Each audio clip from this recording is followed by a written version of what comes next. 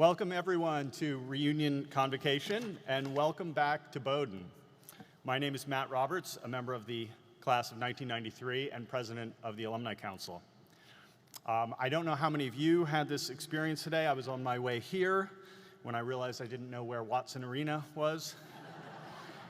So I went to the Moulton Union, and I went up to a student with maps, and I said, I need a map, and she said, well, let me help you. And I said, I'm going to Watson Arena. And she said, oh, it's just right behind the squash center. To which I said, we have a squash center? This weekend, we are joined on campus by over 1,700 alumni and guests representing class years from 7 decades. Polar bears have traveled from as far away as Sydney, Australia, or as near as just across Main Street. The broad reach of our Bowdoin connections is realized in this assembled crowd. Thank you for joining us. The bell you just heard is the Hesperus bell, an important relic of both Bowdoin and American history. Originally stationed on the cliffs of Rafe's Chasm in Gloucester, Massachusetts, the bell is thought to be the same warning bell mentioned by Bowdoin's own Henry Wadsworth Longfellow in his famous poem, The Wreck of the Hesperus. For many years, the ringing of the Hesperus bell marked the opening of the commencement dinner here at the college. This morning, the bell calls us together to celebrate Bowdoin and some of the remarkable alumni who have served the college and the common good with distinction. I'm excited to introduce them all to you, but first, I would like to welcome Bowdoin's 15th president, Clayton S. Rose, to the podium to offer remarks. Clayton? Give you that. Thank you. Thank you, Matt. I know you've been enjoying your mimosas, and I just want to warn you, we've had mimosas in the back, so who knows what's going to happen here. So, good morning and welcome back to the college and the campus that you love. I am delighted that we're all here today to be able to honor Ron Brady, Sarah McMahon, Linda Nelson, Ellen Schuman, and Kate Stern. Before we get to this morning's very well-deserved honors, I want to take a little bit of time and share with you something of the life of the college this past year, as well as to touch on the 50th anniversary of Women at Bowdoin. Bowdoin remains a transformative educational experience for our students as it was when you were here. Different, of course, in so many ways, but service to the common good and an education that is centered on the ideas of the offer of the college remain at our core. Last Saturday morning, we conferred Bowdoin degrees on the class of 2022. It marked the conclusion of a year where we slowly saw the college begin to return to something that looked like normal. It was a joyous occasion. The quad was filled with smiles and hugs and a real sense of community, and of course, an immense sense of pride and accomplishment. The students had their college education profoundly shaped by the pandemic. This class dealt with all of the challenges of COVID-19, notwithstanding the disappointments, those challenges, and an experience that was very different from what they expected when they showed up to move into their first-year bricks on that day almost 4 years ago. But that said, they were amazing. As I said to them on Saturday, they supported one another, they took care of themselves, they dug deep to overcome everything they faced. They crafted their Bowdoin education and experience in spite of these challenges, and they were nothing short of magnificent in confronting what is truly an historic moment. And of course, they were supported in all of this by our faculty, our staff, our neighbors in Brunswick, by their parents, and by our alumni, all of you. We gathered in front of the chapel to congratulate Senior Alex Tyson as he was commissioned Second Lieutenant in the United States Marine Corps. And we were honored to have former Secretary of Defense William Cohen, class of '62, at the ceremony. We celebrated the first Thrive class of more than 70 students who earned their Bowdoin degree. And we remembered 3 students in this class whom we lost. Henry Zeitlow, who died after his first semester here, and Theodore Danzig and Finnegan Woodruff, who died just 17 days apart last fall. Theo and Finn had both completed enough credits to graduate. Each did so cum laude, and Theo was elected Phi Beta Kappa posthumously. It was a sad and also a special moment at commencement. And as always, graduation was a culmination of a year of progress and of achievement. This last year, Bowdoin students were once again honored with major academic prizes. 2 of our seniors were awarded Watson Fellowships, with only 42 granted nationwide. Another senior was awarded a National Science Foundation Fellowship for graduate studies, something very unusual for an undergraduate student. For the first time, all of our Goldwater finalists, 4 juniors, were awarded the prestigious scholarship for their promise in natural sciences, engineering, and math. And Bowdoin continued to lead the nation in the number of students receiving Fulbright grants at a baccalaureate institution. And there were many, many more examples of this. In March, our students traveled on alternative spring break trips to Arizona, to Florida, to Appalachia, to New York City, Philadelphia, Puerto Rico, and rural Maine to learn about issues like immigration, access to housing and social services, environmental racism, agricultural sustainability, digital literacy, and many other issues, and about how it is they can go about making real change. And beyond spring break, students continue to live the common good and serve in a multitude of ways, with devoting more than 40,000 hours of direct service over the year here in town, in Maine, across the country, and around the world. As you know well, our success starts with our faculty. They lead our students, as they always have, through 4 years of rigorous inquiry, discovery, collaboration. They set the standards for excellence to define the academic program, and in the process, they cultivate strong personal connections and are at the center of our great liberal arts education. They published books, produced compelling works of art, theater, and music, and they served as authorities for the media on subjects that range from the war in Ukraine to China-Russia relations, to the challenges of teaching during a pandemic, incentives for innovation, the intersection of consumer behavior and politics, environmental injustices during World War II, cancel culture, educating for democracy, and Maine's role in slavery, among many others. And one of our scientists had her research featured on the cover of Science magazine, perhaps the most prestigious scientific journal in the country. Among the many awards collected by Bowdoin faculty this year were fellowships and grants from NASA, the National Endowments for the Arts, the National Institutes of Health, the National Science Foundation, and the Claremont Institute, among others. And like every other year, we added a handful of great young faculty, teachers and scholars. Bowdoin remains a college where the very best want to come to do their research and to teach our students. It's also been another robust year for jobs for our students, and Bowdoin alumni continue to be a critical foundation for internships and jobs for our graduating seniors. Over the last few years, we've reimagined career planning at Bowdoin with an entry-to-exit philosophy and a view that we have a responsibility to help every student prepare themselves to land that first job. And this effort has many components: great staff, relationships with employers in many sectors, funding for unpaid internships, and deep alumni engagement.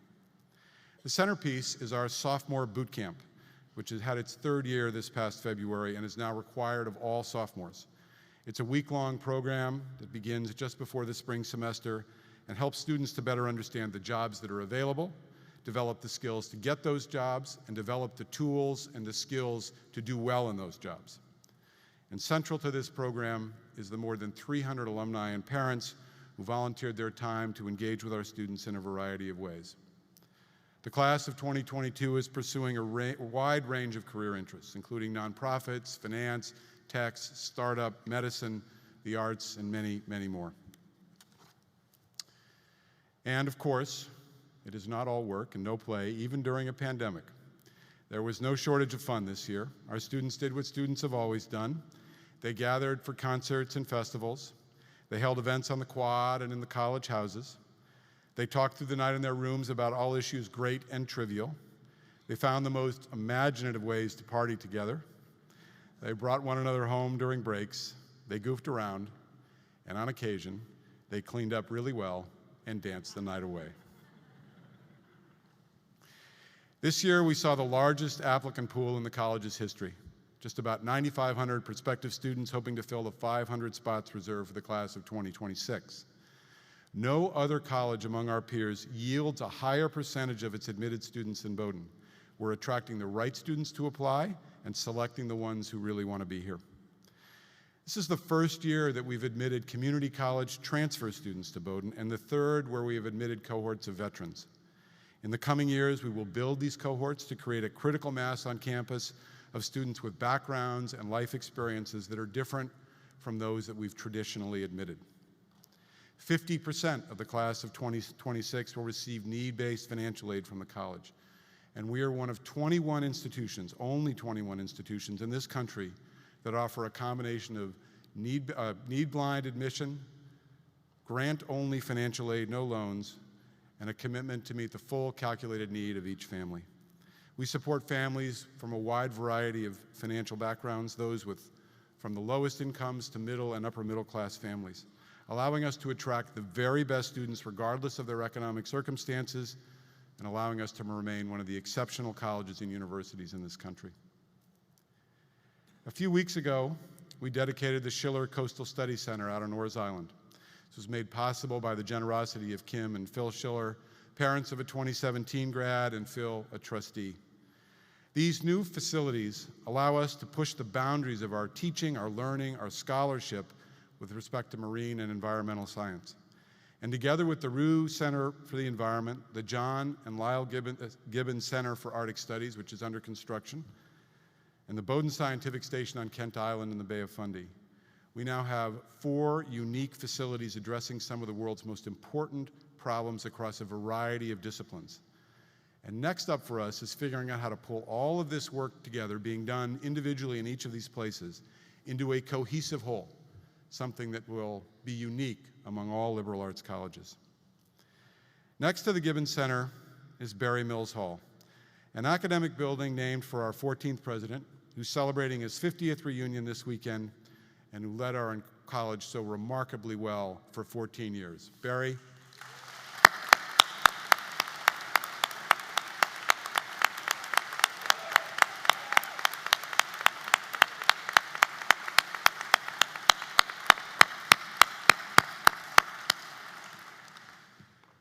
Both of these buildings, where Dayton Arena used to sit, will be finished next year and opened at some time next year.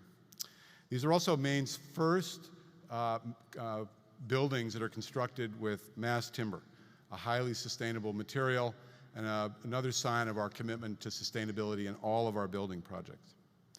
In May, we announced Sustainable Bowdoin 2042, a plan that invests a minimum of $100 million in campus infrastructure between now and 2037 to become a fossil fuel-free campus by 2042. We've been recognized nationally for our leadership in sustainability. As many of you know, one of my core beliefs is that the mission of a great college includes being a place where ideas of all kinds are engaged, even those, or especially those, with which we disagree or that make us uncomfortable or that can offend us. We've worked hard to further this idea and culture here. It is the centerpiece of what I talk about with our first-year students in August on the steps of the museum, building the skills and the disposition to become intellectually fearless. We've done good work on this front, and we've sustained it, even through the pandemic. Over the last several years, we've had speakers on campus like Arthur Brooks, Jason Riley, Larry Lindsay, Susan Collins, and others. These are folks I've invited to kind of seed the ground. And our students have invited a number of others.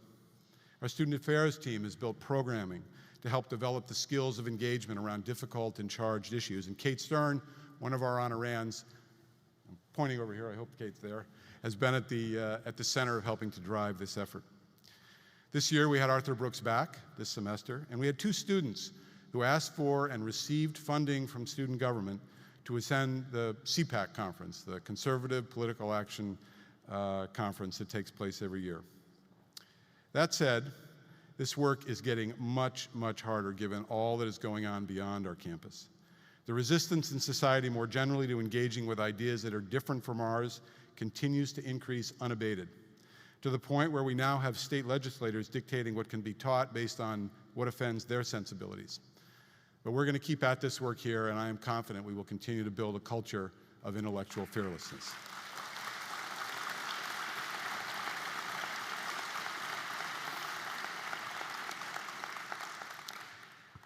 Our work to create equity of opportunity and a true sense of belonging for all of us at Bowdoin, regardless of our race, ethnicity, gender, sexual orientation, our religion, or other aspects of our identity, continues. And as I've shared with you in writing on a number of occasions over the last 2 years, This effort is ongoing across the college and is anchored by 3 pillars of work. The first is our effort to provide training for the community on the realities of the inequity of opportunities that exist based on identity, starting with race, but extending to other identities. So we develop a collective understanding of the problems and issues, and we're then able to move to a space where we can have real, honest dialogue about what is the hardest set of issues to talk about in America today. Second, we're examining as a college our policies, our practices, and behaviors to ensure that we eliminate barriers to equity of opportunity and to belonging. And third, we're in the midst of a project that examines the college's history with respect to race, in particular with respect to the Black community and the indigenous peoples of Maine. Once the history is ready, sometime this fall, it will be made available to the entire community, and we'll move to the second phase. Here, a group of faculty, students, staff, alumni, and trustees will examine the report, get feedback from the full community, and make recommendations to me and to the board on any implications that our history has for us today and decisions that the college may make in the future. This year, we announced the creation of 4 new endowed chairs for scholars and artists from across academic spectrum whose teaching and research will address race, racism, and racial justice on an interdisciplinary basis, with a particular focus on the challenges, histories, and cultures of the Black communities in the Americas. These have been fully funded by donors, and I'm grateful to each of them, and they're named in honor of 4 distinguished Black graduates of the college: Matthew Branch, class of '49, Iris Davis, class of '78, and the trustee with whom I served, Rasuli Lewis, class of '73, and Frederick Morrow, class of '30, honorary degree in 1970. And of course, this year we've been celebrating the 50th anniversary of coeducation at Bowdoin College. It was in the fall of 1971 when the first class of women matriculated at the college. Many are here with us this weekend, many of the women in the next few classes, all of whom broke new ground and forever changed the college, are also here. This is not change that came easily to the college. It was not done in one fell swoop or in a straight line. There was resistance from some quarters. The campus wasn't fully prepared, either physically or psychologically, for the arrival of classes with large numbers of women. Change it is, hard, even under the best of circumstances. But the college was committed to this. It moved ahead. It invested and adapted, and the women who were here persevered and required of us that we be better. And so we have become. Not perfect, but much better. Today, over half of our students are women. More than half of our faculty are women. Of the 21 trustees appointed since 2015, 11 are women, with 40% of the board now comprised of women. And 2 of our last 3 board chairs are women.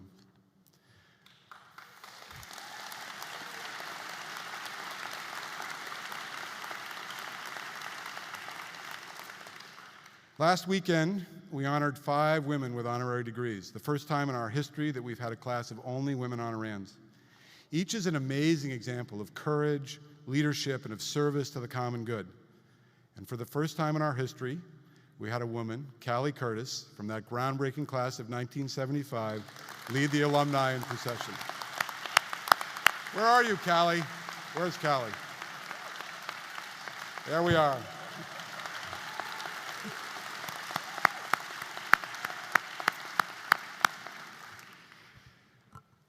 Our From Here comprehensive campaign that we launched in February of 2020 with the goal of raising $500 million is going exceptionally well, thanks to you. The campaign's core goals are to make 3 promises tangible to our students. The promise of broad and full access to the Bowdoin experience, the promise of a transformative education, and the promise of that first job that will open a life of work for success and satisfaction. Today, the campaign stands at $433 million, 87% of our goal, from over 16,000 donors, and we have 2 years left. I freak out the development people when I say this, but I look forward to working with many of you to close out the campaign, or at least to get to the $500 million goal before I step down next year. Now let me touch on my decision to step down as president a year from now on June 30, 2023. Was that applause? Someone? That was Julianne, I think. This was a very hard decision for Julianne and me. We love the college. and the many great relationships that we have built here with faculty, staff, students, parents, friends from the community, and with so many of our alumni, all of you, are very, very special to us. The idea of leaving is heart-wrenching for us, but this is the right decision for Bowdoin. Every president, every leader has the important responsibility of determining when the time is right. Bowdoin is stronger today than it has ever been across every dimension, and so as I took stock this year of what we've accomplished together and where we are, it became clear to me that it's time again to take a long view of the opportunities and the challenges for the college, to begin to chart that path forward and then to move down that path. And this is the right moment for a new leader. That said, I'm not going anywhere for a year. I look forward to doing the work ahead and to spending as much time as I can with as many of you as I can over the course of the next year. I'd now like to take a moment to recognize and to honor our 3 50th reunion classes. This group of classes, all of you, 70, 71, and 72, you saw changes on campus, in society, and around the world that were remarkable. You arrived at Bowdoin in formal attire. You were required to attend chapel services and lived in all-male dorms. You left with long hair, in jeans. Women had become part of Bowdoin. And you graduated into a much more complicated world. Your shared experiences, including sharply divided views on the Vietnam War, the bombing in Cambodia, and there was the vote to go on strike in the spring of 1970 after Kent State. Your classes proudly shared milestones such as the first woman to receive an undergraduate degree from Bowdoin, the late Susan Jacobson in 1971. You ushered in an era of coeducation. And within your classes are the origins of the Afro-American Society as students pressed the college to meet targets for diversifying the student body and the faculty. And your classes were powerhouses on athletic fronts as well, providing memorable seasons in basketball, hockey, and football, to name a few. So for you, the 3 50th reunion classes here, here's a short trip down memory lane.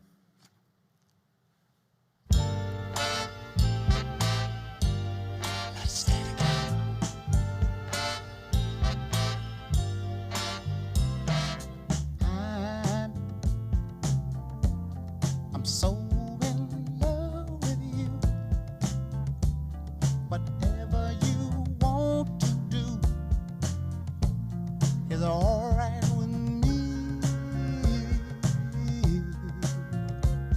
'Cause you make me feel so brand new.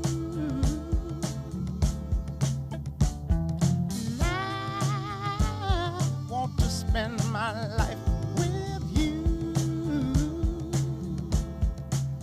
Me say, sing.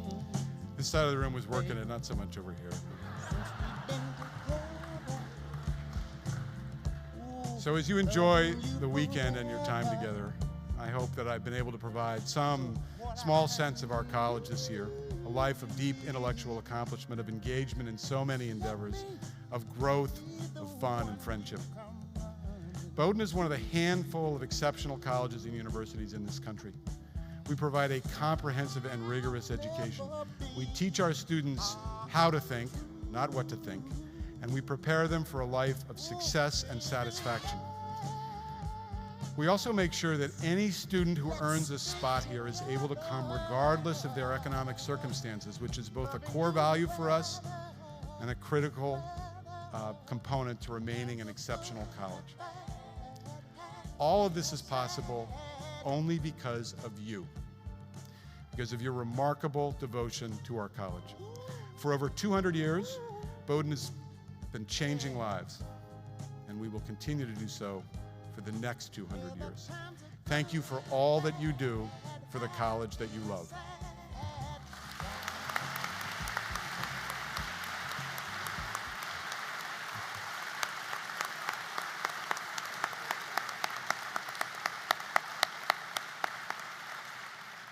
Thank you, Clayton.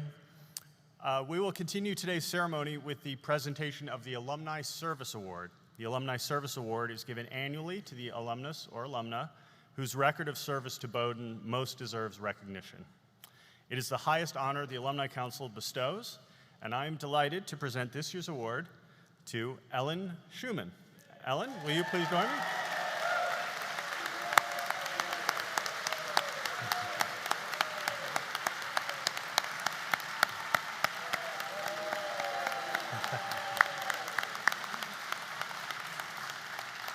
Ellen Schumann, distinguished member of the class of 1976. You have been both a pioneering leader and steadfast servant of the college. In your 2 decades as a member of the Board of Trustees, you played vital roles as vice chair of the board and chair of the audit committee. You also served for 21 years on the investment committee and were instrumental in selecting the college's first investment professional, Paula Valent.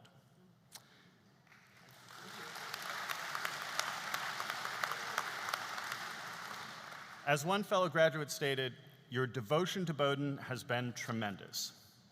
As an undergraduate at Bowdoin, you succeeded at the highest level in everything you pursued. You broke records and barriers as one of the finest divers in the history of Bowdoin's swimming and diving program. It gets better. As no women's program existed at the time, you competed and succeeded as part of the men's team.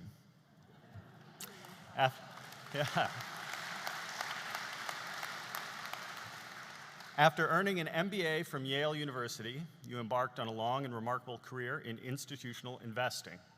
Throughout your exceptionally successful career, you devoted significant time and expertise to supporting the careers of other alumni, frequently organizing, sponsoring, and enthusiastically participating in networking events for Bowdoin women.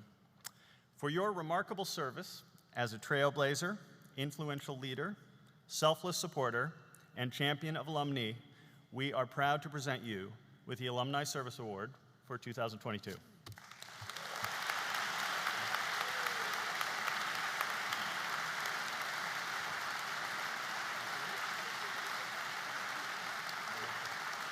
right over here for the camera.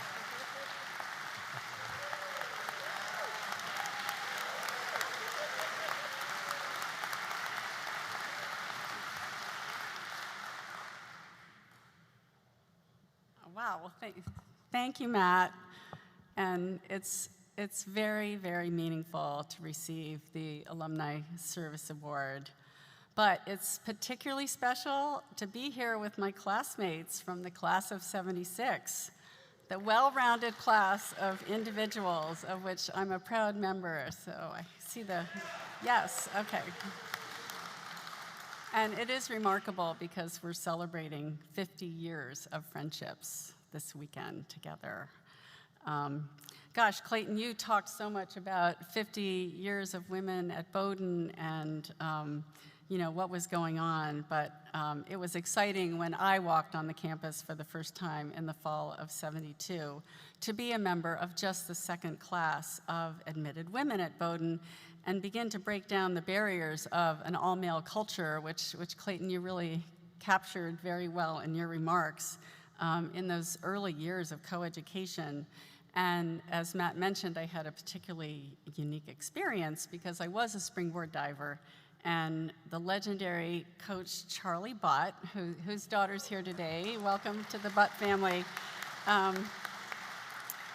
Charlie saw me doing a few dives in the old Curtis pool and Charlie said, well, Ellen, just come dive with us, meaning the men's swimming team. And, Title IX had just been passed when we arrived in the fall of 1972. And I will say, Clayton, to your point about, Bowdoin really wasn't prepared psychologically in any way, really. But I will say that Bowdoin really tried very hard to do the right thing for the women and the men on this campus. And no one really knew quite what to do. So there I was on the men's team, and that was the beginning of my magical Bowdoin experience. It was fantastic.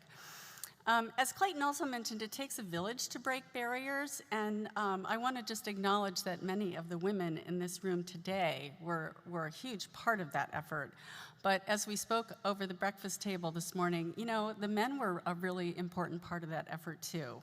So it was a joint effort to effect change and forge a path forward that, let's face it, we're still on that journey today. Looking back, coeducation seems like a very easy challenge compared with issues that we're dealing with today in our society. The barriers are more complex. Civil discourse is much more difficult, and I'm really proud of what the college is doing today to try to address some of these issues. And I'm very confident that the current generation of Bowdoin students will work together, as we did 50 years ago, to find a path forward. In my experience, Bowdoin has always been a thought leader. It's always been open to change, and that is one of the most rewarding aspects of serving Bowdoin.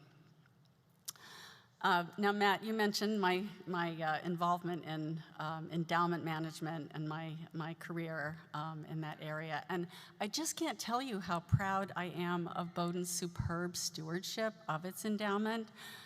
I don't know if anyone here knows, or if everyone here knows, that Bowdoin is one of the top performing endowments among all colleges and universities in the United States. It's just remarkable.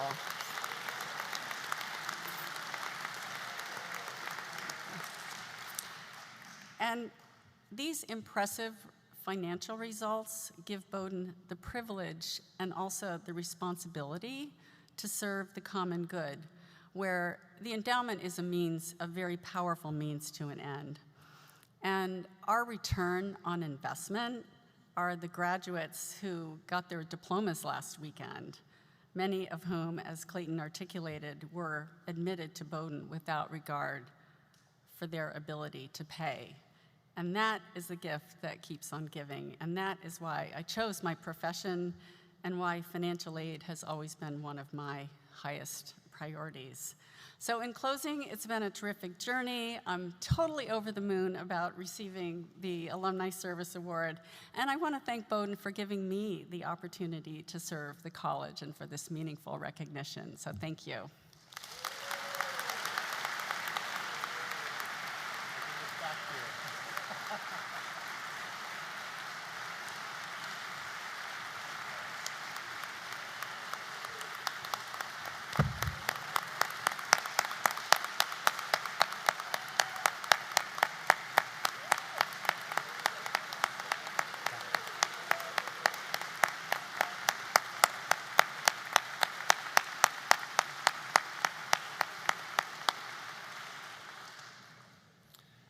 Thank you, Ellen, and congratulations. I'll get the choreography on the plaque down by like the end of this. It is now my honor to welcome Awa Jo, class of 2011, and the president-elect of the Alumni Council, to the podium to present this year's Alumni Award for faculty and staff. Awa?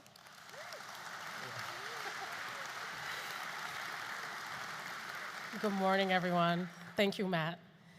This award recognizes a member of faculty or staff who demonstrated a loyalty and devotion to Bowdoin, not only in the fulfillment of their position at the college, but through active involvement in a broad number of activities and with a broad number of constituencies. The award is presented for service and devotion to Bowdoin, recognizing that the college in a large sense, includes both students and alumni.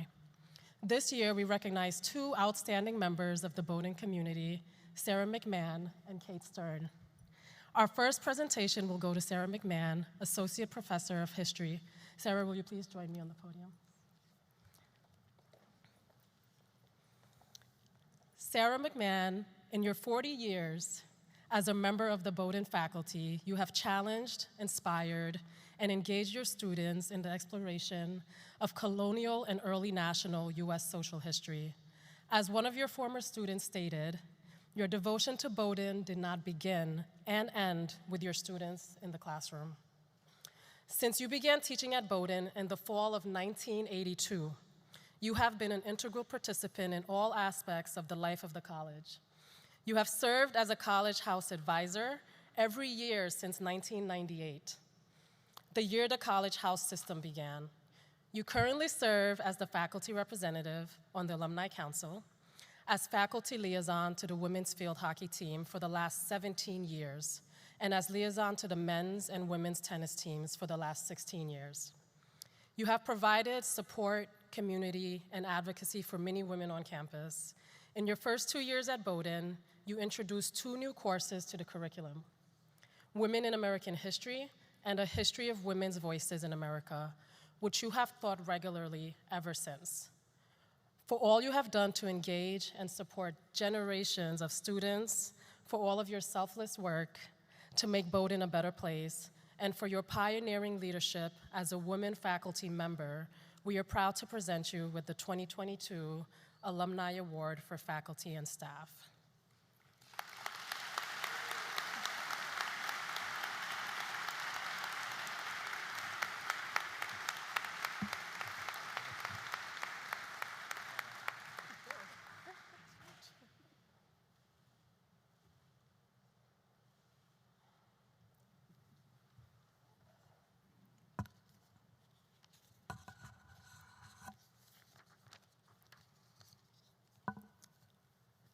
Thank you, Awa, for your kind introduction, and thank you all for this amazing honor.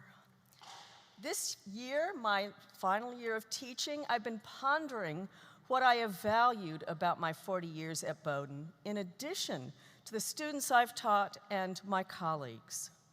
I attribute some of the opportunities to serendipity, or good fortune, and contingency, when something happens by chance at a particular point in time. And I'd like to offer you 4 brief examples. You've gotten a hint of them, but I want to put them in a context. In my first semester, the fall of 1982, I taught Women in American History, a new course for me and for Bowdoin. That course gave me a connection to the Women's Resource Center, a student organization in space. Their library offered a safe place where women students, faculty, staff, and friends could gather to discuss women's issues. And not surprisingly, the early discussions about a women's studies program took place there. We've come a long way. In 1996, I proposed a new first-year seminar on utopia, intentional communities in America. We would examine utopian visions for creating new and better forms of community. Later that spring, I was asked to serve as one of 2 faculty members on the Commission on Residential Life. A year later, we proposed to phase out the current fraternity system and replace it with the college house system, a new, inclusive residential and community experience at Bowdoin. To support the new system, I became and have remained a faculty advisor for Howell House. When the history department hired me, they thought they were hiring a Southerner from North Carolina, and I was. But only after I signed the contract did I mention my deep, deep family roots in Maine. I was coming home. In 1998, the Environmental Studies program asked if I was interested in developing a course on Maine history. I was, and I began to offer a seminar on Maine, a community and environmental history, and more recently, a course on a history of Harpswell and the coast of Maine for the Bowdoin Marine Science semester. And in 2004, I wondered what I would do with my cheering energy when my daughter Alice graduated from high school. A year later, the answer came in the form of 2 unlikely invitations: to serve as faculty liaison for the field hockey team and then for the women's and men's tennis teams. I had no knowledge of the first sport. I'd never seen a game in my life. And I had only slightly more knowledge of the second sport because I knew that there was a racket and a ball. But I said yes to both. Those roles gave me a broader understanding of the students that I had been teaching all that time and their Bowdoin experiences. That guided my efforts to work with those student athletes and their coaches to help give them their best efforts in their classes and on their teams. So it was being scholar athletes and not even just student athletes. And I have been cheering ever since. I might have found similar serendipitous opportunities elsewhere. But I am so pleased that I found him here at Bowdoin and in Maine. And thank you very much for this honor.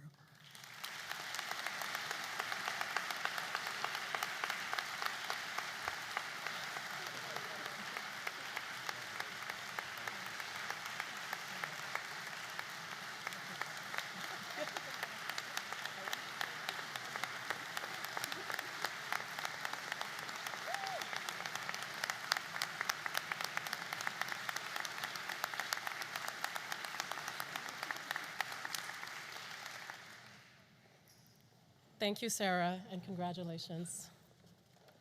It is now my privilege to present Kate Stern, Associate Dean of Students for Inclusion and Diversity and Director of the Center for Sexuality, Women, and Gender with the Alumni Award for Faculty and Staff.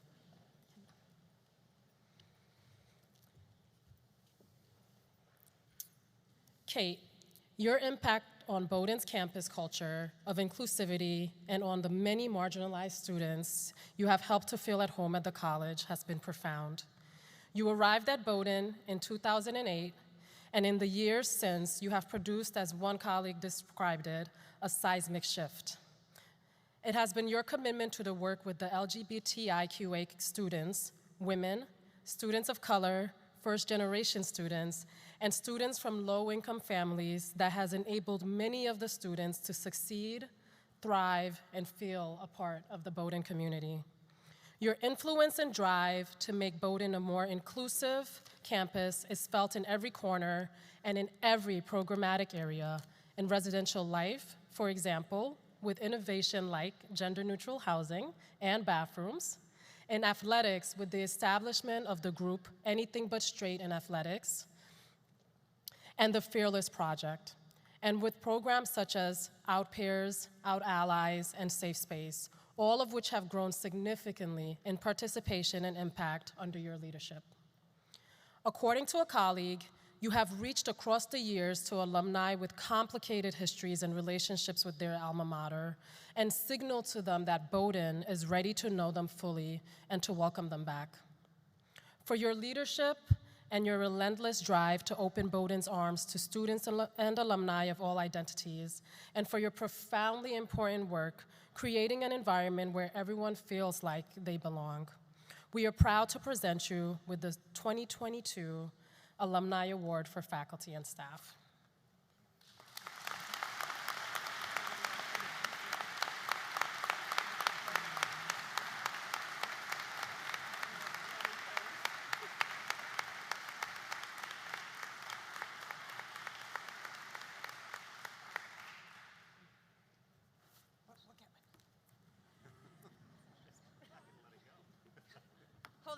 Holding on tight. Thank you all, and thank you to the Alumni Council.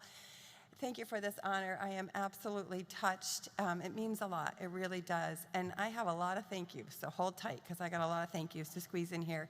I could not have done any of this work without so many folks, so many of you who are here today. But I'm going to start with a big, giant thank you to Alan DeLong, who was my first supervisor here for 9 years. And he envisioned the idea of Bowdoin having an LGBTQ center, and with me in it. So thank you so much, my first boss. Thank you to my next two supervisors, Dean Tim Foster and Dean Janet Lohman, my current supervisor, who both continued that support, both of me and my work, but also of an inclusive Bowdoin. And I really deeply appreciate their support. A huge thank you to all of you alums who have been part of making Bowdoin what it could be. A special shout out to Linda Nelson, and the women who created the Women's Resource Center in 1980. Woohoo! You will hear more about how fabulous Linda is in a few minutes. And come celebrate her and the other women at 24 College today at 3:30 this afternoon. Deep appreciation to Dee Spagnuolo, who's now a fabulous trustee, and Matt Roberts, who were both on the Alumni Council's Inclusion Diversity Committee a bunch of years back, and really leaned in to being creative to think about how do we bring this inclusivity to the alum world. And on that note, a big thank you to Kate O'Grady, Lindsay Lassard, Rhodey Lloyd, and others currently and previously in the alumni relations world for being taking the creative ideas to take off and how inclusion could be part of welcoming alums in. And my favorite part is thinking about how we can connect all of you awesome alums with our students around the country. And I really enjoyed going around the country with different alums during breaks. So hopefully we'll get to hang out at different places once we get to travel again, right? There are so many folks that I get to work with, our amazing students, staff, faculty, alums. All of this work is community partnership, and I'm just deeply appreciative of it. I couldn't do it without you all. I see Katie and Sarah over there, Benji, Eduardo. There's so many people who partner to create an inclusive campus, and it's been really meaningful. I want to take a moment to thank my family who is here today. I'll start with thanking my wife, Kathy, who's celebrating her 30th Bowdoin reunion today. I think the first time I was on campus maybe was at her 10-year reunion. Oh my gosh, that dinner was yummy. I'm still holding on to that. I hope tonight's, thank you, dining. I want to thank her specifically for supporting me and dealing with our fabulous, wonderful, very energetic 3 kids while I work so many nights and weekends, so many.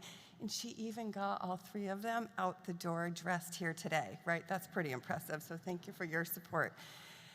I also want to thank my parents who are here today. They raised me to do right. They raised me to think about tzedakah, the Jewish concept of justice, and to do it. My mom right now is sitting there saying, if Nathan, the immigrant who didn't have the opportunity to go to college, could see his granddaughter now, that's what you're thinking, Mommy, right? And Mom and Dad, you raised me to do it, so thank you. I just want to thank everybody who's partnered over the 14 years I've been here to really continue the work of creating an inclusive Bowdoin where people really know they belong. And again, I look forward to when we get to travel again, spending time with a lot of you as well. Thank you for the honor. I just feel really special. And I'll just add, because this is what I do, if you're in the area on next Friday the 10th or the Saturday after, join Bowdoin at Brunswick or Portland Pride. Happy Pride, everybody. Thank you very much.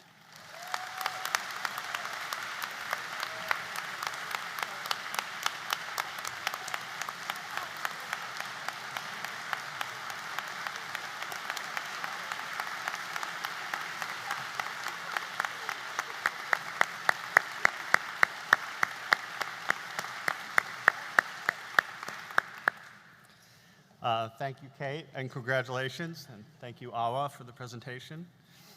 Now the Distinguished Educator Award. This award recognizes outstanding achievement in education by a Bowdoin alumnus or alumna in any field and at any level of education. This year, we recognize Ron Brady. Unfortunately, last-minute travel issues have prevented Ron from joining us here in person. However, he is, I understand, able to watch us remotely, so somewhere. So hello, Ron. We are missing your presence, but we will just imagine you standing. We have your picture up here, and we will imagine you standing right here with me as I continue. Ronald C. Brady, distinguished member of the Bowdoin College class of 1989 and parent of a member of the class of 2019. You have devoted your considerable leadership skills, deep knowledge, and passionate advocacy born of personal experience to providing transformational opportunities for underserved students. A member of the first generation of your family to graduate from college, you seized your opportunity at Bowdoin and became a vocal and influential student leader on campus. After graduating from Bowdoin, you were awarded a Harry S. Truman Scholarship and earned a master's degree in public affairs from Princeton University. In 2007, you founded Foundation Academies, a free charter school committed to creating, quote, a wide range of intentional learning experiences in a joyful, inclusive, and culturally responsive environment, unquote, for school children in the economically depressed community of Trenton, New Jersey.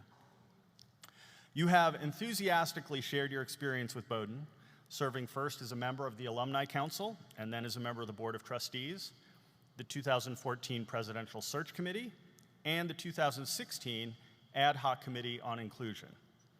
You currently serve as a member of the Bowdoin College Black Alumni Association and on the advisory group for the Thrive program, where you employ your considerable skills to help current first-generation and low-income students achieve success at Bowdoin. For the incalculable difference you have made in the lives of generations of the most vulnerable, underserved students in the state of New Jersey and beyond, we are pleased to present you, Ron Brady, with the 2022 Distinguished Educator Award.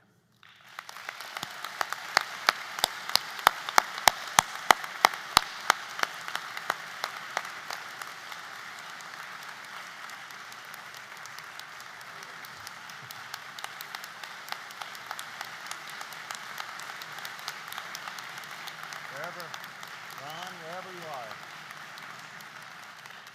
So thank you, Ron, and congratulations. And now I'm pleased to welcome President Rose back to the podium to present this year's Common Good Award. You can't have two of those. Thank you, Matt. That was simply fantastic. Find my place here. It's all right. Not good. Talk amongst yourselves. Yeah. The Common Good Award. This recognizes a Bowdoin alumna who personifies the idea of the common good set forth by Bowdoin's first president, Joseph McKean. It's presented to individuals who have, quote, demonstrated an extraordinary, profound, and sustained commitment to the common good in the interest of and for the benefit of society, and with conspicuous disregard for personal gains in wealth or status. The 2022 Common Good Award is presented to Linda Nelson. Linda?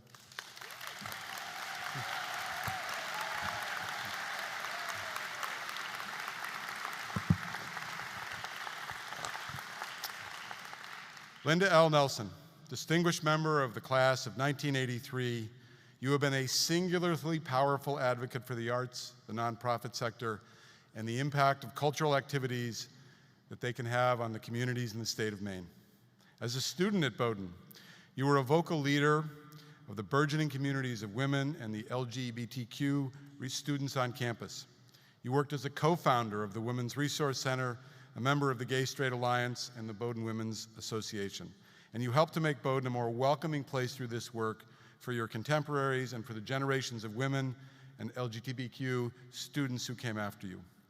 In 1999, you, your wife Judith, and two other women began the process of restoring the Stonington Opera House, both as a physical landmark and as a vibrant community hub for arts and culture. You served as the founding executive director of the Opera House Arts from its beginning, a position that you held for 17 years. You have mentored generations of other Maine women through your work at Down East Maine and beyond, including with the Olympia Snow Women's Leadership Institute, and most recently serving as co-chair for the host committee of the Leaders in All Walks of Life, 50 Years of Women at Bowdoin.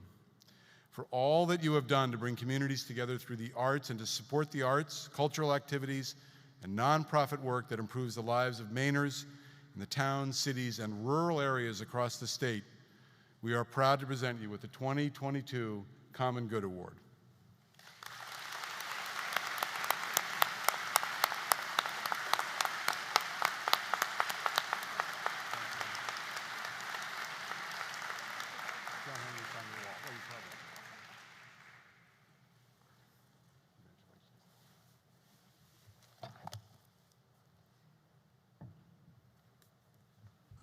Thank you, Clayton.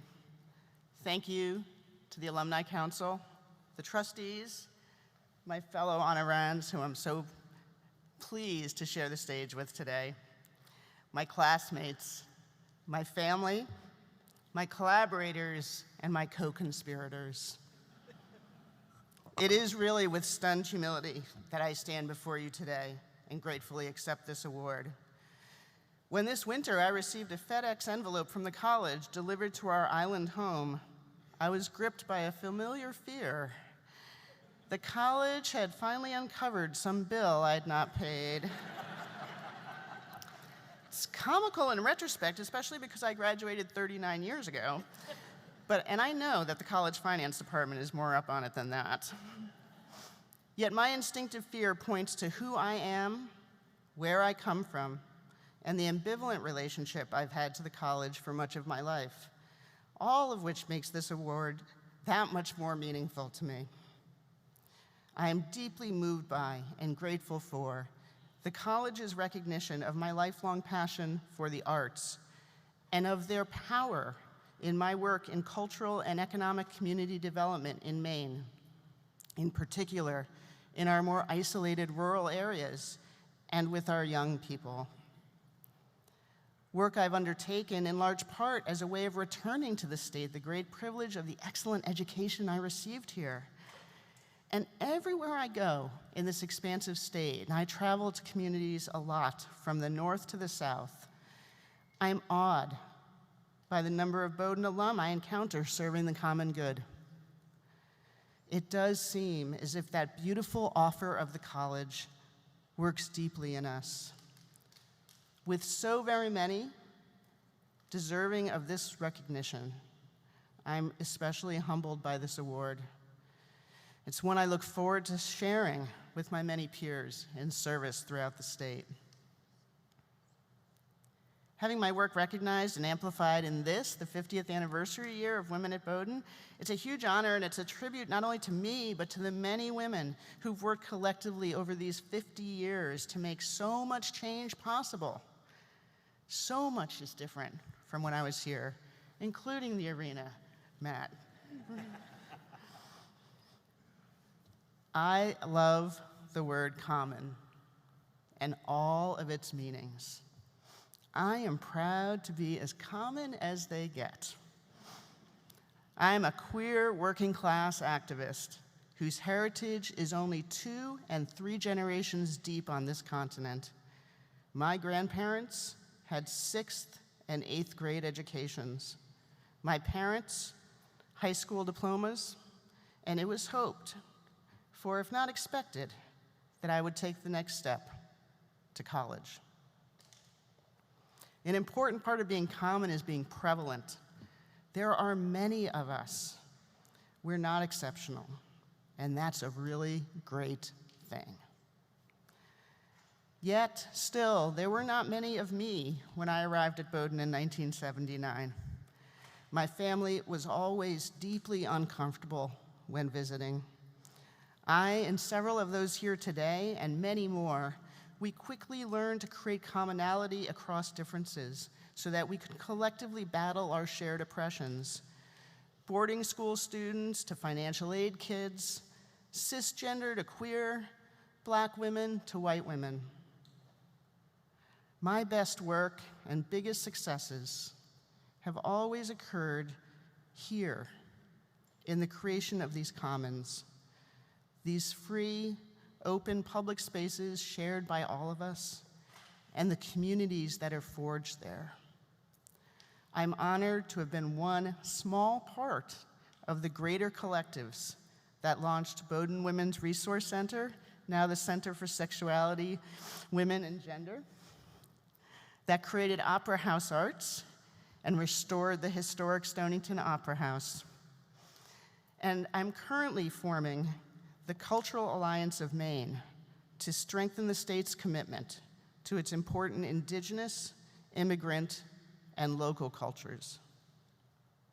Every time we come together, like this today, for any reason, a meeting, a movie, a performance, church, we create new community, unique gatherings of commoners. From each community, we learn something. From each, we're able to launch collective action for healing, for hope, to advance our common good. Our work is far from done. There's too much violence, and great and painful inequities continue to exist and threaten every day to divide us. And so I'll leave you with this. In 1980, one of the first books we purchased for the Women's Resource Center was lesbian poet Judy Grann's The Common Woman poems. In it, she wrote a verse that appeared on many of our walls and t-shirts for years to come, a poster of which has since wound up in the Library of Congress.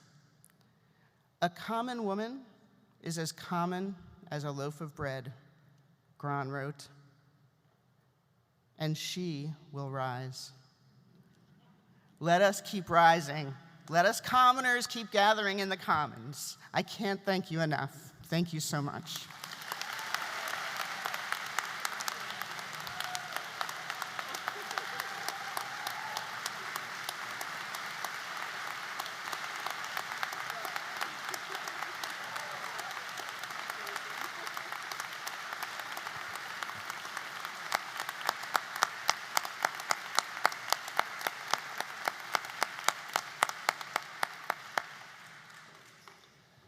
Thank you, Linda. Congratulations, and congratulations to all our award recipients this afternoon, or this morning. Oh, this morning. I'd like to take just a moment to recognize the Director of Alumni Relations, Rhodey Lloyd, class of 1980.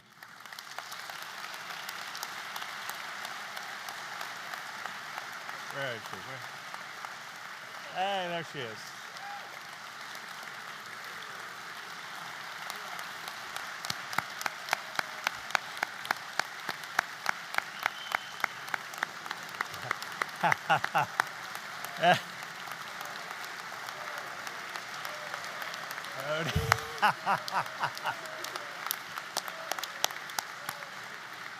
Well, it looks like you already know, but this is Rhodey's last reunion in the role, and after 15 years of helping us all stay connected and planning brilliant events like this for us all, she is retiring to focus on planning brilliant events for herself and her husband Doug and their family in the years to come. And so thank you, Rhodey, and congratulations.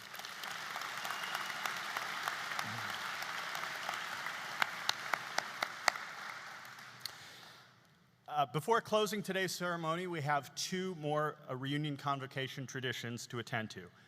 They're brief, I promise.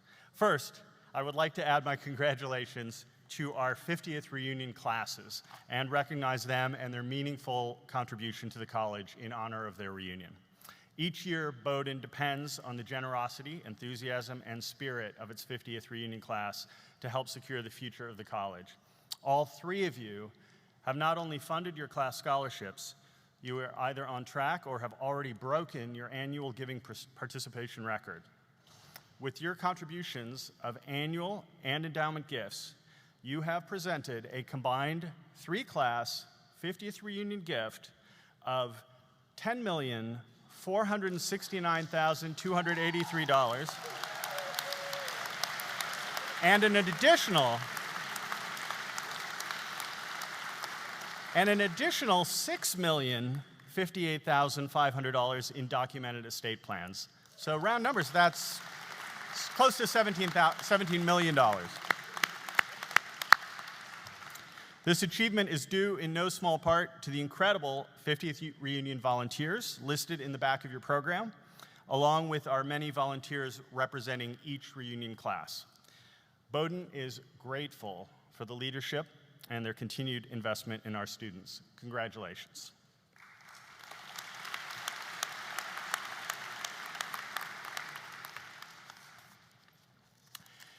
Second, and finally, and I'll apologize in advance, please rise and join me in singing the alma mater. I'm apologizing because until you start drowning me out, you're going to have to listen to me start it. So join me in singing the alma mater, Raise Songs to Bowdoin, the words to which are printed at the back of your program.